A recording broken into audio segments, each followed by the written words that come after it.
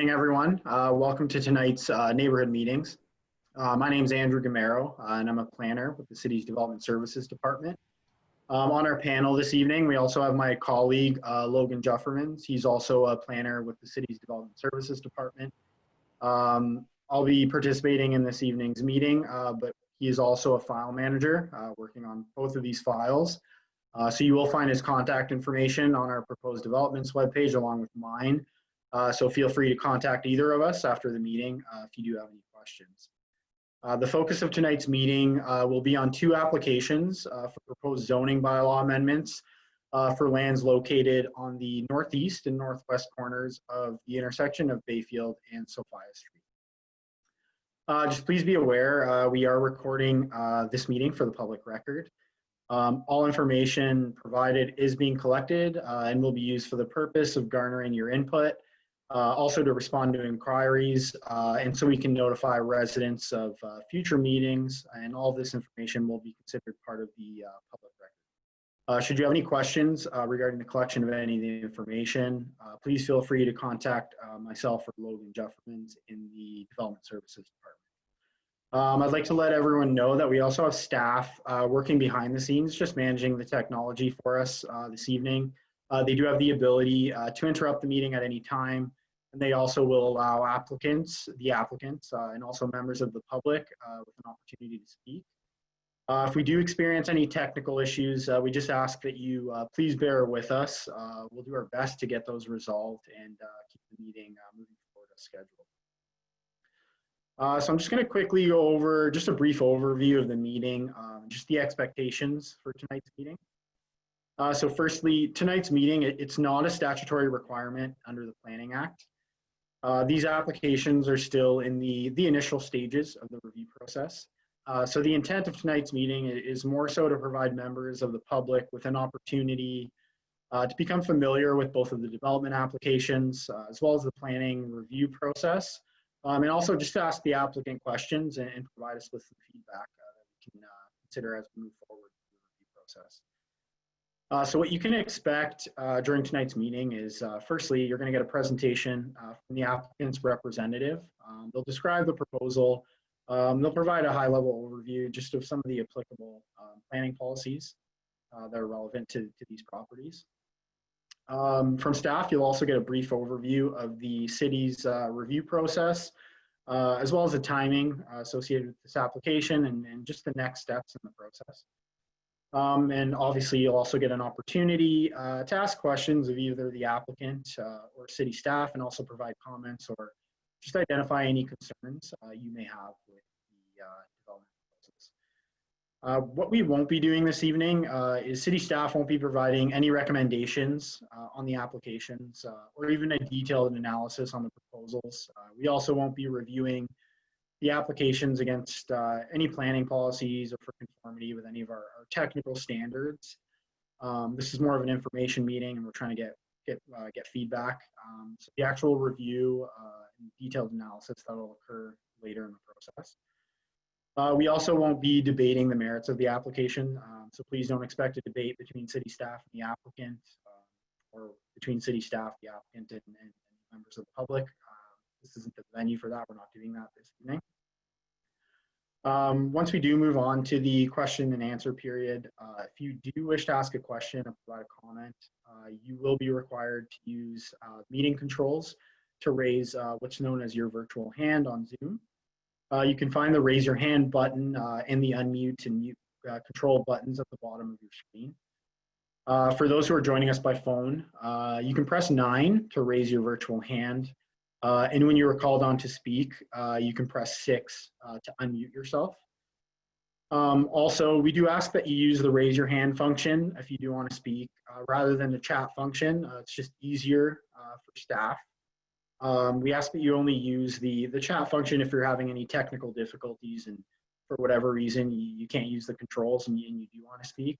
For that, definitely use the chat function, but generally we do ask that you just raise your hand to speak.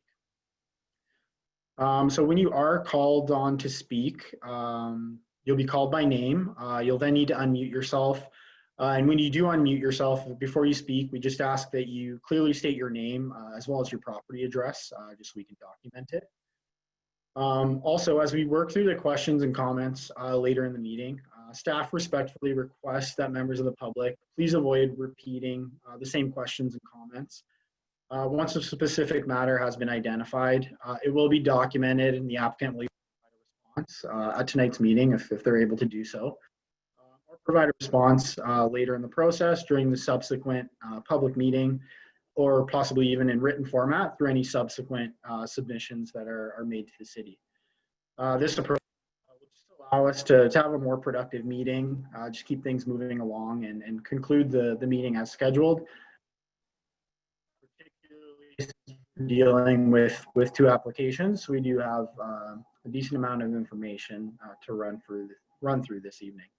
Finally, those that have registered for the meeting by providing your mailing or email address, you will be added to our mailing list to receive further information about these applications, such as notification of the public meeting and also notification of any staff reports or bylaws that are brought forward to Planning Committee and Council. So quickly, before we get into the applicants, sorry, I got a comment that my audio is cutting out a bit. If everyone can just bear with me, I apologize. I'm just going to disconnect from my VPN that I've been using because it tends to slow down my connection. So please let me know if it gets better or if there's still issues. So before we get into the presentations, I just wanted to do provide a brief overview of the next steps in the application process, just to kind of let you know how the planning application works. So right now, we're currently in the initial stages of the process.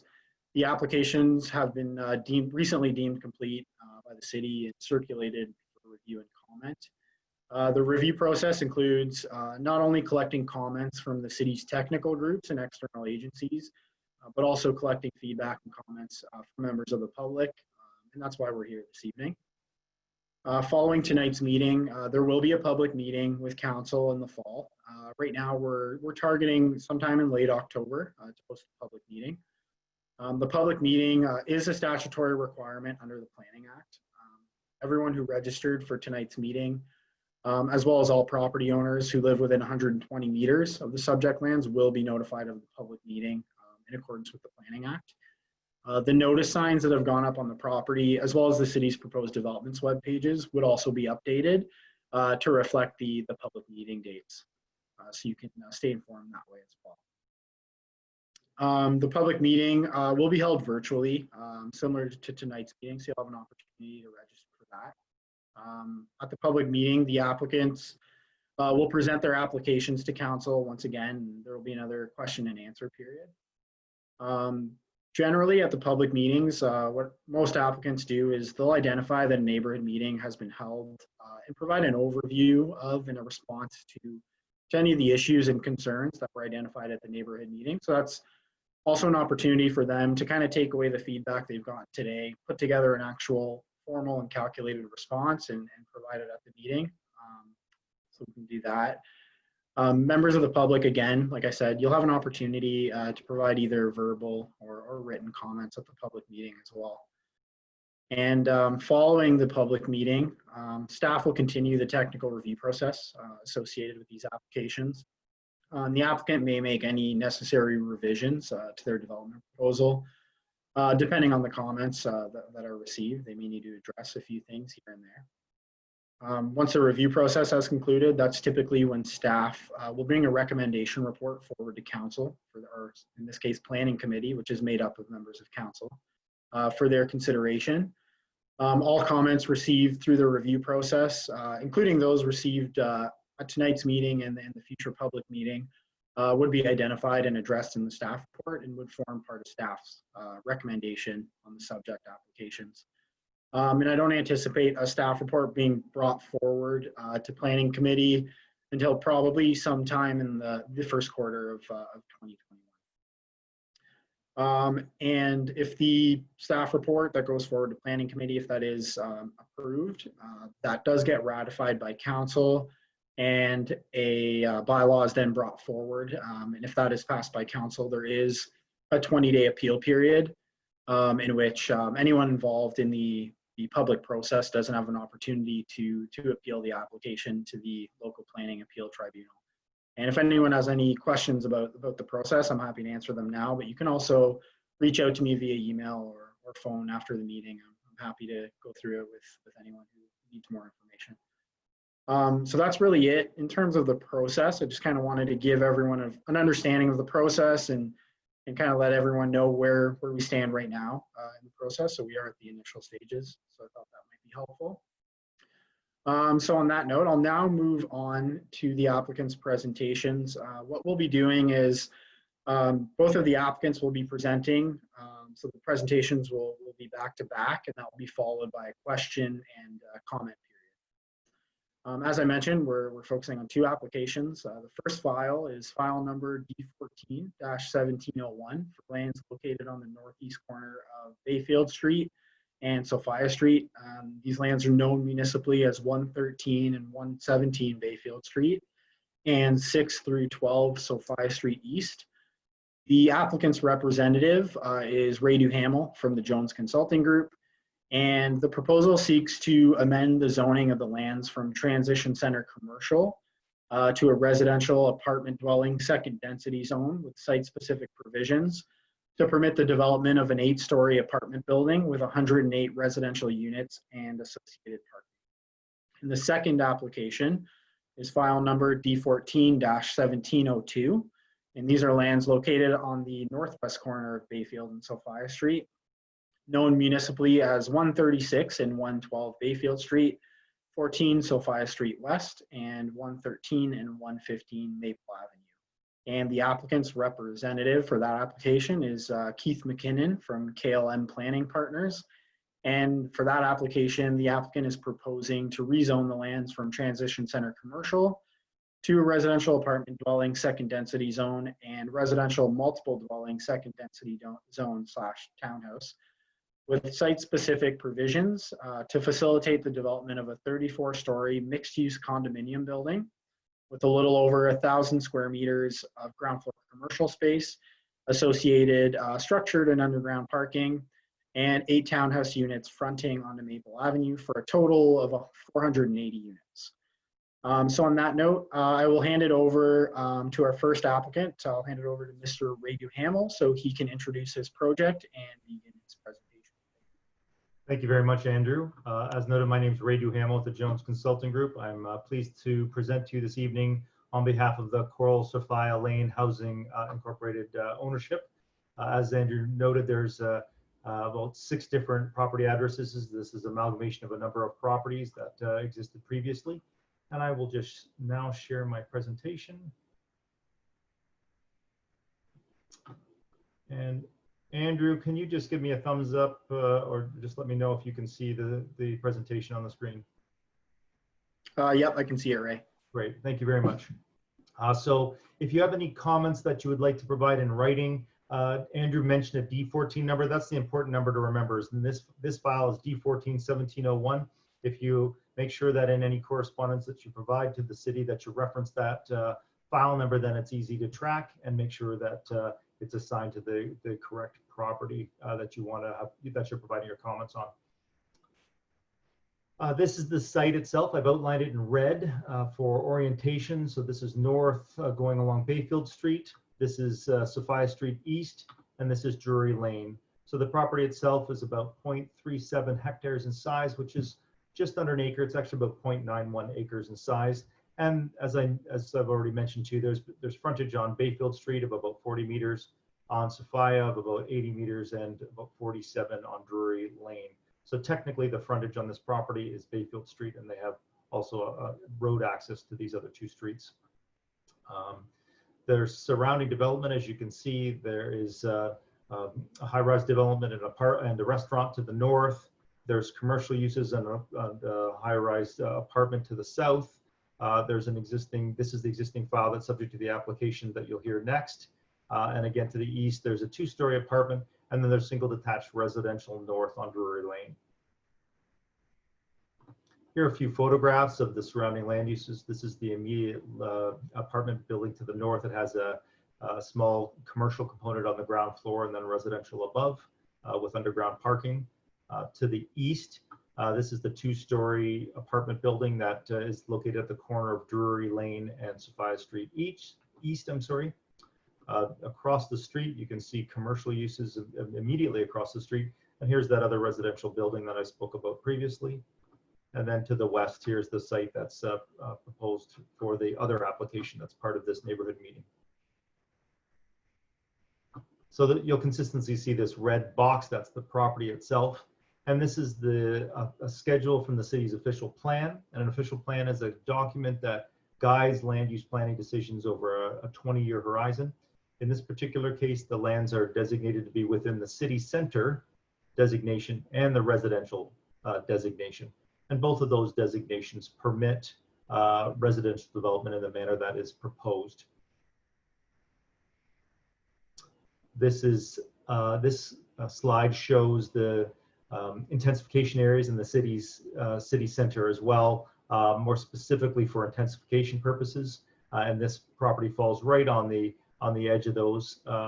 And in terms of intensification areas, the city has identified that these areas are the focus of street-oriented residential and mixed-use development, that they want special attention paid to the ground floor and the streetscape, how those buildings relate to, in this case, Bayfield Street and Sophia and Drury Lane, and bringing those buildings closer to the street.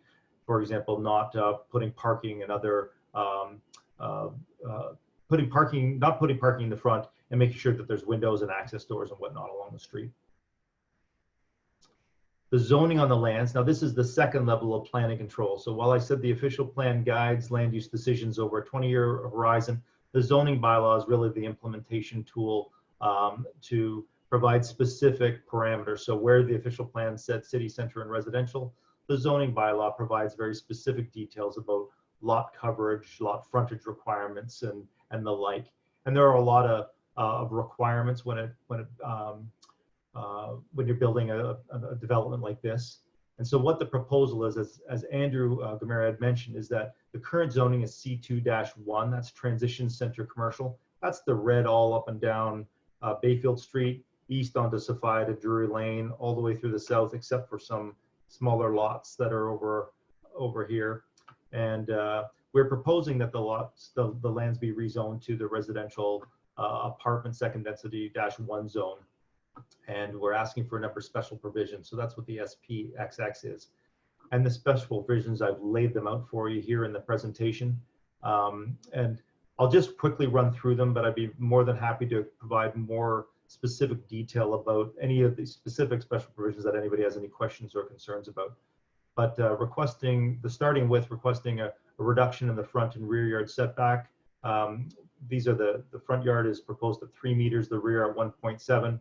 The bylaw requires 7 meters. One of the reason for this one is to bring the buildings closer to Bayfield Street and to provide a stronger streetscape and street edge and activate the street along Bayfield and Sophia.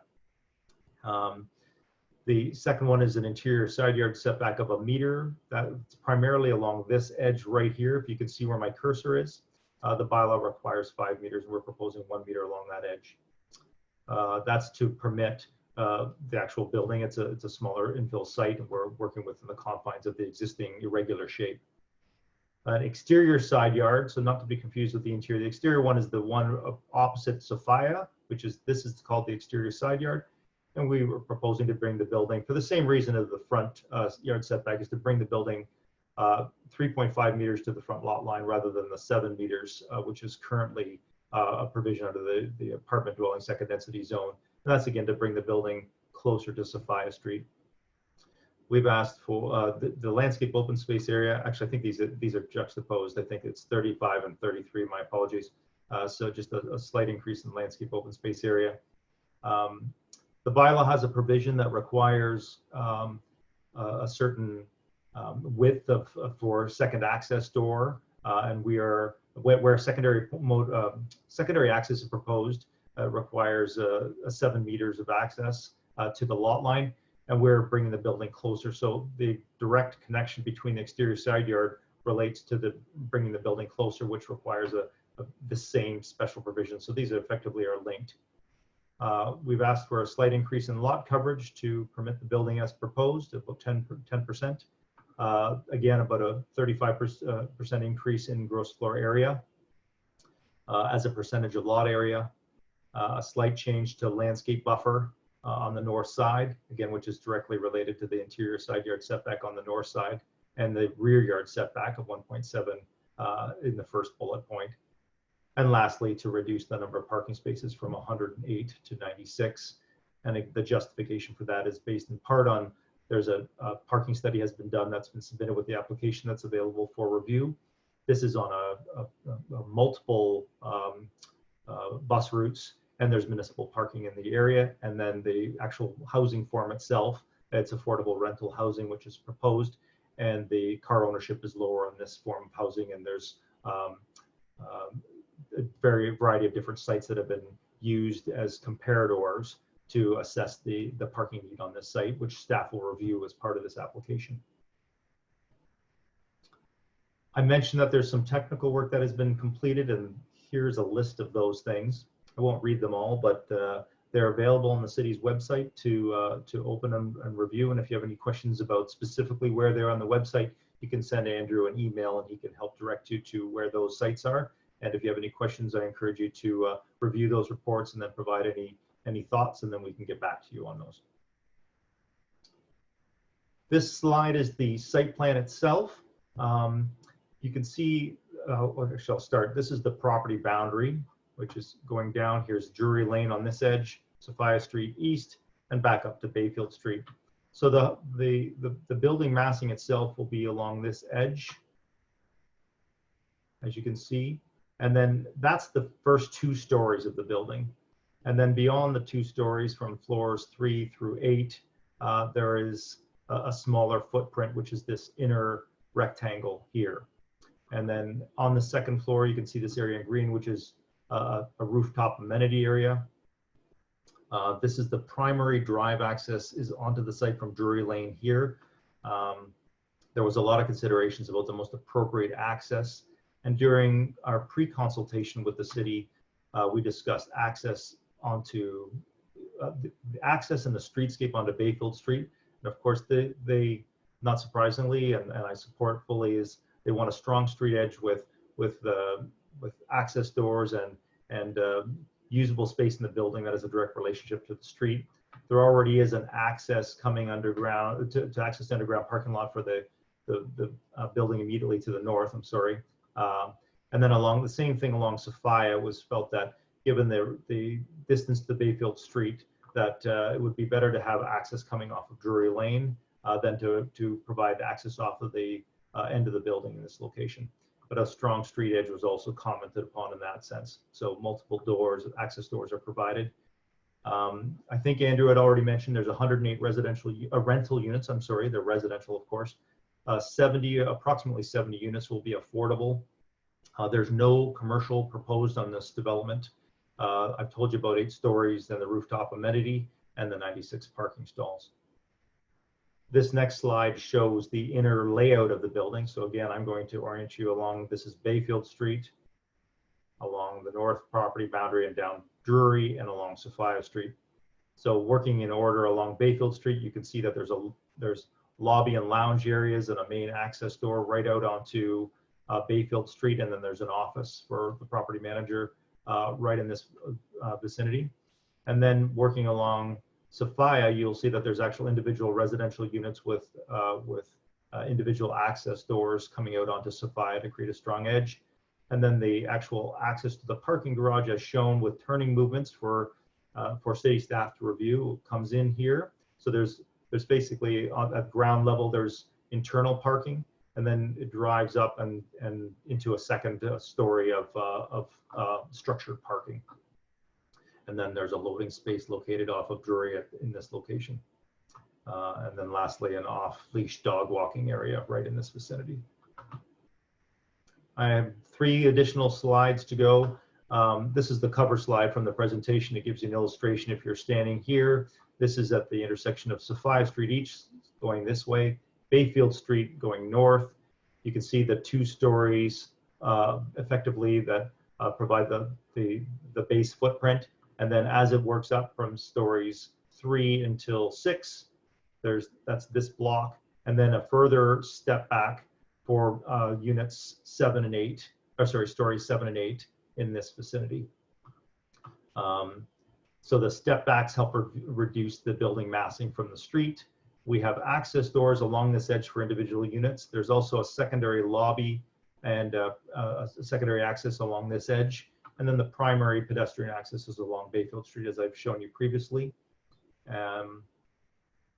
This is now looking at, this is Sophia Street over in this location, and again, Bayfield Street. So we're at the edge of the northern boundary of the property now to show you the interface and show you the step backs from the 2nd floor to the 3rd floor, as you can see. And this is along this back edge is where the green roof and an outdoor amenity area is proposed. And this area here is on the 2nd floor is proposed for bicycle and scooter parking. And the last slide is showing you from Sophia Street is along this edge, Bayfield Street is over here, and on this edge here, this is the Drury Lane, so you can see the vehicle access into Drury Lane. And right here is where there's a secondary lobby and an access point into the building. And then this is the vehicle access point. You can see the step backs by floor again as you're going through the different heights. And the very top part is the mechanical mechanical on the roof. And that concludes my presentation, Andrew. I'd be happy to answer questions, but I understand the format now is that you will proceed with the next presentation. So with your instructions, I'll stop sharing and so that Keith can then proceed. Please confirm.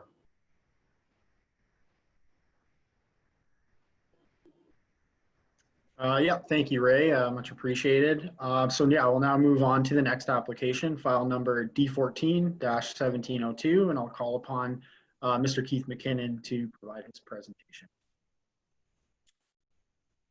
Thank you, Andrew. As stated, good evening, everyone. My name is Keith McKinnon. I'm with KLM Planning Partners, Inc. Here before you this evening on behalf of Rockcap Holdings, Inc., who are the owners of the parcel of land, as Ray noted in his address, at the northwest corner of Bayfield and Sophia. So you have Ray's at the northeast, and what you will see this evening that I'm representing is on the northwest corner. I will share my screen here to start the presentation.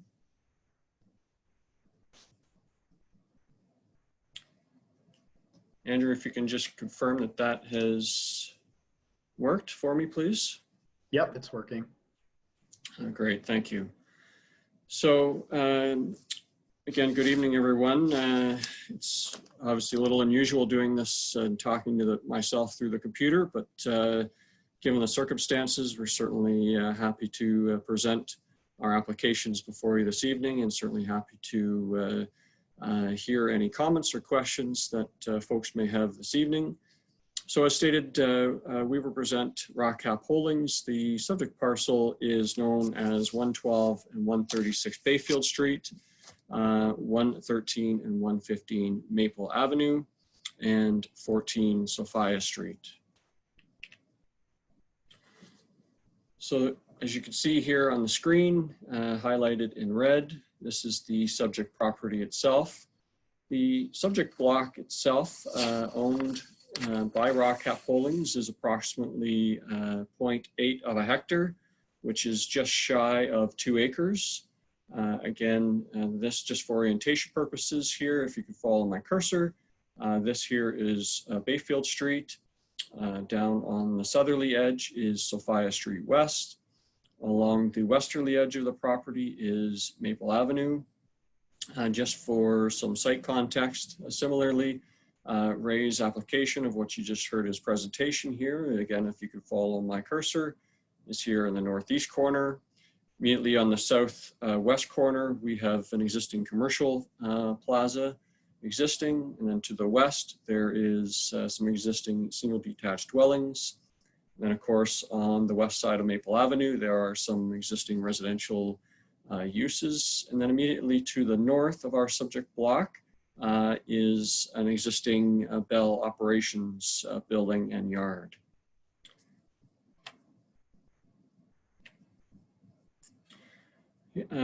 Here before you now is just some site context photos. So those that are familiar with the area, we're certainly likely aware of the existing 4-story office building that exists today. As you probably well know, the grade of Bayfield Street as you move from Wellington south certainly drops at a significant rate. And this building here, as you move from north to south, in fact, actually cantilevers itself on piers, which has some at-grade parking underneath it. So this is the existing office building that's there today that fronts onto Bayfield Street. Surrounding that is surface parking, both from the Sophia and Maple Avenue. And then there's also an existing 2-story office building, which you can see here in the horizon, is a gray 2-story office building, which is also encompassed within the proposed land holdings. So the conceptual site plan that here to provide comment for you tonight, just for orientation purposes, in case you're not able to read it. Along the north edge here, below the conceptual label, is Bayfield Street. Along the easterly portion here is Sophia Street West. Along the southerly portion is Maple Avenue. And then the northerly portion here was where the existing Bell office is located. The proposal that we have submitted to the City of Barrie is for varying heights, with the tallest being 34 stories. The 34-story component is a point tower, which is directly at the intersection of Bayfield and Sophia. And it's a point tower to ensure that the massing of that tower is not overpowering, both in terms of scale of the block itself from the surrounding area. From a shadowing perspective, we certainly wanted to minimize the shadowing impact that would be provided by any development of the subject lands, given what is currently there today. And then from there, the highest point as you move northerly, so if you follow my cursor, we move down to 10 stories, which is a 10-story podium. And then a little further north is an 8-story podium. So moving northward, the heights get reduced in size. And then moving westerly from the point tower is another 8-story podium, which would take you to the limit of Maple Avenue. And then along the frontage of Maple Avenue, we have 8 3-story townhouse dwellings. And what we tried to do there is to ensure that we're being sympathetic to the existing uses that are in the neighborhood, both on the south side of Sophia,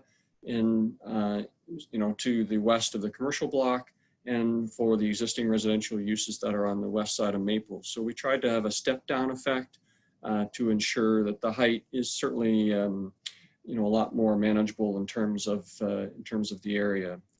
So just in terms of some stats that you can see on the right-hand column of the slide here, a few things. So as noted, it's 0.8 hectares in size, which is just shy of 2 acres.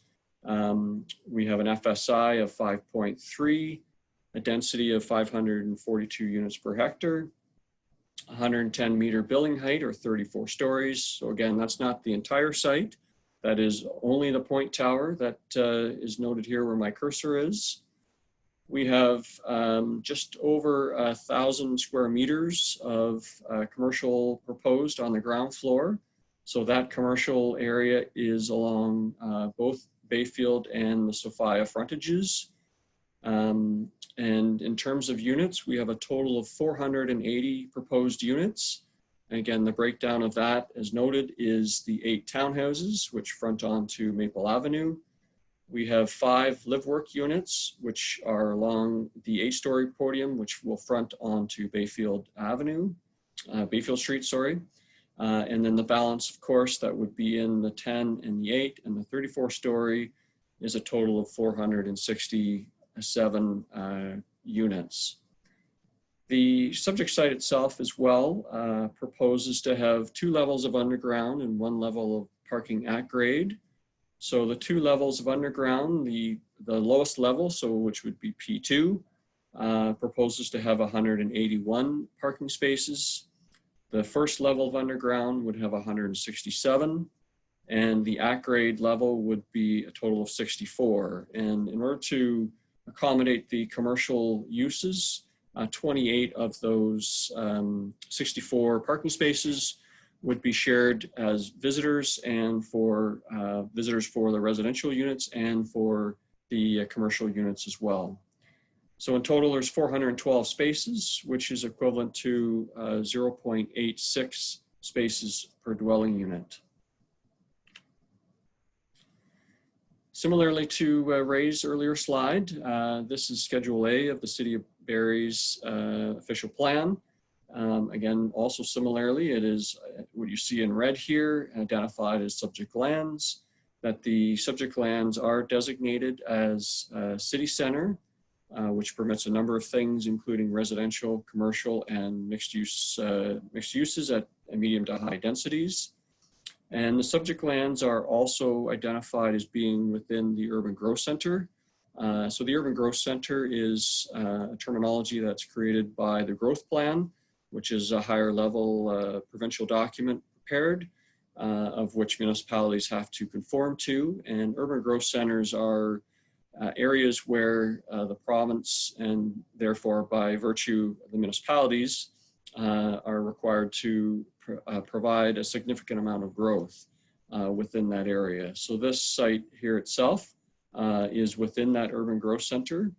And just as a quick note, it says here that a minimum of 150 to 200 units per net hectare is required for projects within the urban growth center. So this project, which certainly exceeds that number, would conform to that official plan target. The next slide here is the City of Barrie zoning bylaw. Again, similarly, as Ray noted in his presentation, the subject lands are within the Transition Center Commercial C2-1. So you can see the property here highlighted in yellow. Red obviously wouldn't work given the underlying red color already in the zoning bylaw schedule. So we use yellow to identify the parcel. And it is the Transition C2-1 zone.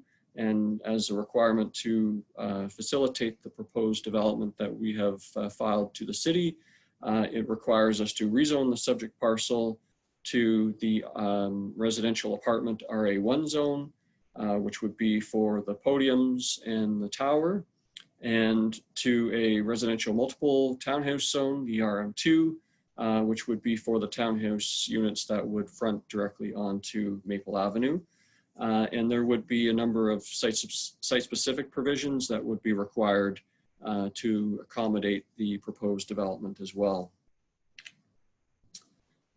As mentioned earlier, so the applications we filed to the city have included a zoning bylaw amendment application and a site plan application. So obviously the intent is that the site plan would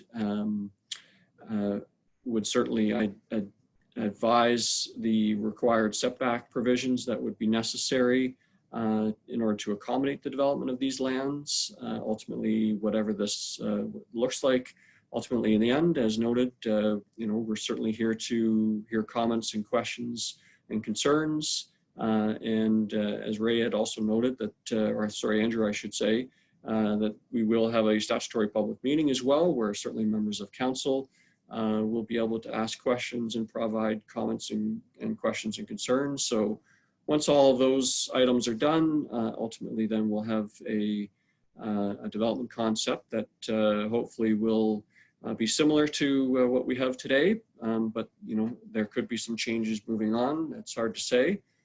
And as in support of the applications that we've filed a number of different studies, including a shadow study prepared by One Space Unlimited, which is the architectural firm that has prepared the design of the concept. and of which are in attendance at our meeting this evening. We have wind study, functional servicing, and stormwater management that deals with how the site will be serviced from a water, stormwater, and sanitary sewer perspective, along with erosion and sediment control. There was geotechnical and hydrogeological to understand what the groundwater conditions are like. Certainly, I'm sure of interest to many folks listening and watching. There was a traffic impact study that was prepared and submitted, and along with the photometric plan and the landscape plan have all been provided as part of the application. This slide here in front of you now provides some representative example of what the proposed building would look like.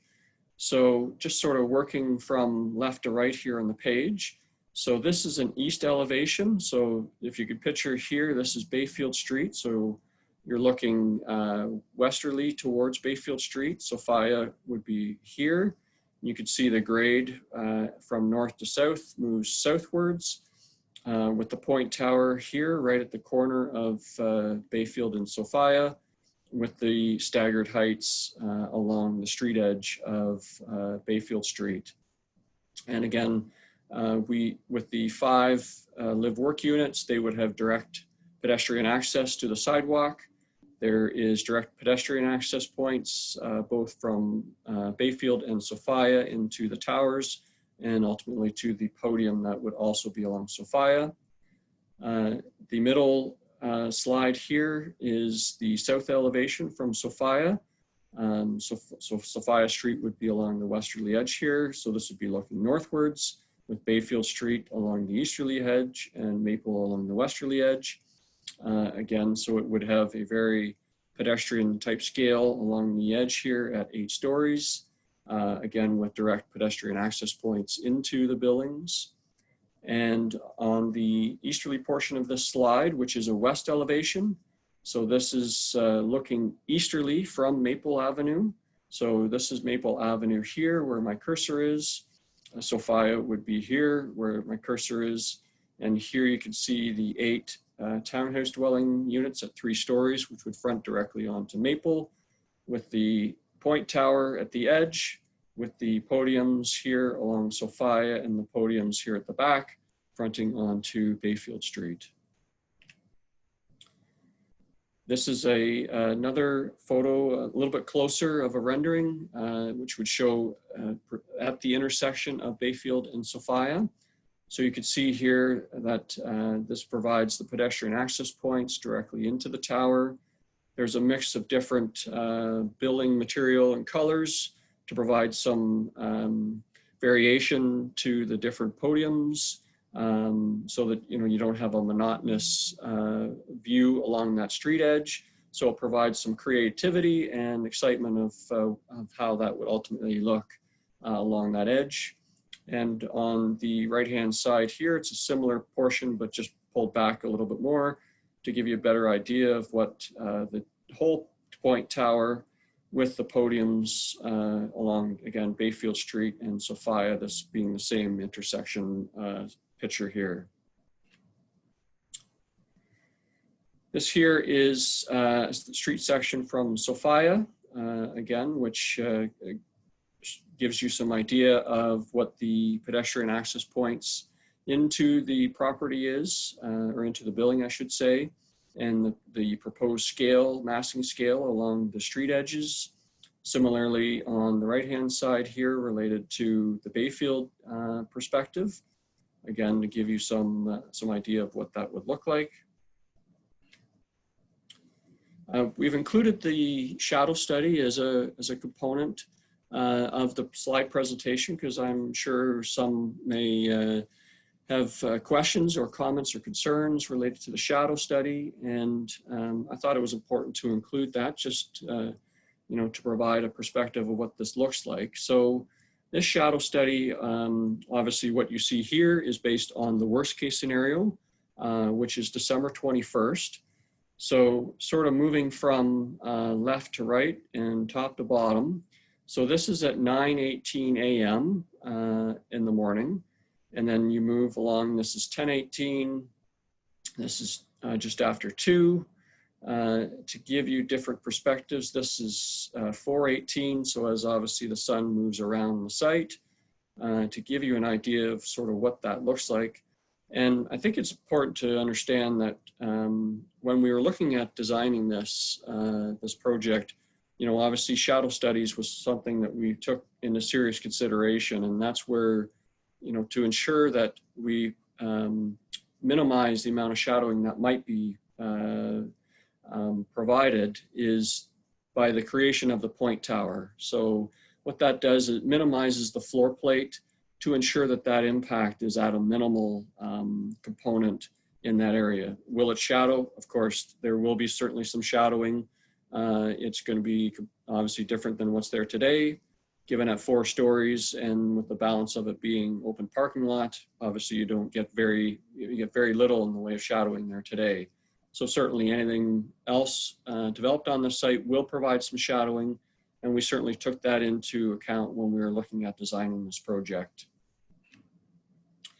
And the last slide here is taking you right to almost 20 after 6 p.m. again on the 21st, just to give you an idea of, you know, what all of the area in this. So the area highlighted in black is the subject property, but just the effect of shadowing on, you know, the worst day being the 21st of December.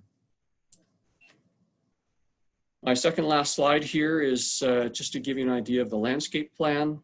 So the landscape consultant, Setter and Associates, prepared this on behalf of Rockcap Holdings. And just to give you an idea, and maybe I didn't mention this earlier, and apologies for doing that, but the vehicular access proposed for the site is solely off of Maple Avenue. So there would be no vehicle access off of Sophia or on Bayfield Street. So it would be a single access point off of Bayfield for ingress and egress to the site. There today, I believe, is at least 3 active accesses into the site and 1 that is in existence but not as a utilized access off of Maple. And then there is 1 Sophia access directly into the 2-story office building that's there today. So that would ultimately be removed. So the existing 3 active, 4 with the inactive access points on the Maple would therefore now be reduced down to 1 access point. And vehicular access would come in off Maple. There would be a circular courtyard here with access to the underground parking. And then here in the center of the site itself, so in behind the townhouse units and in behind the podiums, the tower is here just for orientation's sake, is an open space amenity area, which would be for the residential units to enjoy, with pedestrian access that would be available through to Bayfield Street and also out to Maple Avenue via the open air amenity space that's being provided. So with that, I hope you found this informative, and I'm certainly happy to answer any questions, and we'll certainly be taking copious notes for questions or comments that people may have. So with that, Andrew, thank you. That concludes my presentation.